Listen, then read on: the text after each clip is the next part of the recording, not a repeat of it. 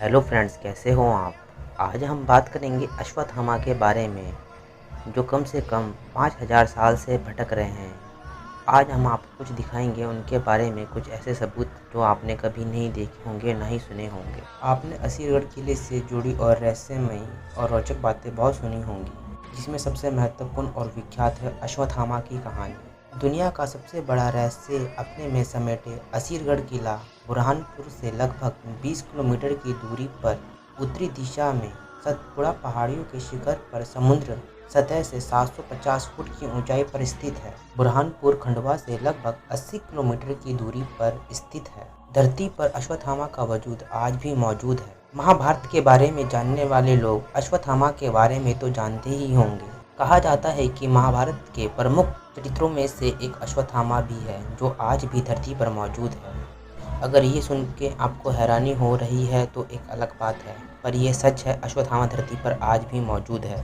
5000 वर्षों से अश्वत्थामा इस धरती पर भटक रहे हैं। कहा जाता है कि असीरगढ़ के किले में आज भी अश्वत्थामा सुबह पूजा करने आते हैं, और वो प्रतिदिन पूजा करने आते हैं।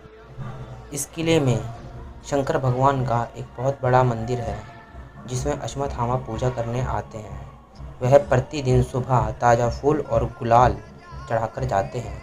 यहाँ हम आज आपको महाभारत काल से जुड़ी अश्वत्थामा की कुछ खास बातें बताने जा रहे हैं, जो शायद ही आपको मालूम हो। गुरु द्रोणाचार्य के पुत्र थे अश्वत्थामा। अश्वत्थामा का जन्म द्वापर युग में हुआ था, जिनकी गिनती एक श्रेष्ठ योद्धाओं में से भी होती है। गुरु द्रोणाचार्य ने ही पांडवों और कौरवों को शस्त्र विद्या सिखाई थी। गुरु द्रोणाचार्य और अश्वत्थामा ने कूटनीति का सहारा लिया।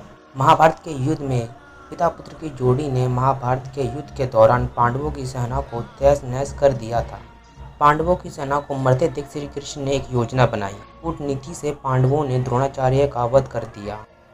जब अश्वत्थामा को अपने पिता के वध के बारे में पता चला तो अश्वत्थामा बहुत ही भयंकर हो गए और उन्होंने पांडव पुत्र का वध कर दिया तथा पांडव वंश के समूल नाश के लिए उत्तरा के गर्भ में पल रहे अभिमन्यु पुत्र परीक्षित को भी मारने के लिए अश्वत्थामा ने ब्रह्मास्त्र चलाया। तब श्री कृष्ण ने परीक्षित की रक्षा के दंड स्वरूप अश्वत्थामा के माथे पर लगी मणि निकाल कर उन्हें तेजहीन कर दिया और युगों युगों तक भटकने का श्राप दिया। जो लोग अश्वत्थामा को देखते हैं वह पागल हो जाते हैं। कहा जाता है कि असीरगढ़ किले के अलावा मध्य प्रदेश के हीन जबलपुर शहर के गौरी घाट के किनारे भी अश्वत्थामा को भटकते हुए देखा गया।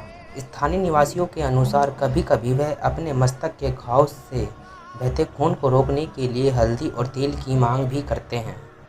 गांव के कई बुजुर्गों की माने तो जो एक बार अश्वत्थामा को देख लेता है वह पागल हो जाता है और अपना संतुलन खो बैठता है। कहा जाता है कि किले के अंदर शिव मंदिर है, उसमें एक तालाब भी है, जिसमें अश्वत्थामा पहले स्नान करते हैं, उसके बाद पूजा अर्चना करते हैं। कई लोगों का मानना है कि वह पहले उतारवली नदी में स्नान करते हैं, उसके बाद यहाँ पूजा करने आते हैं।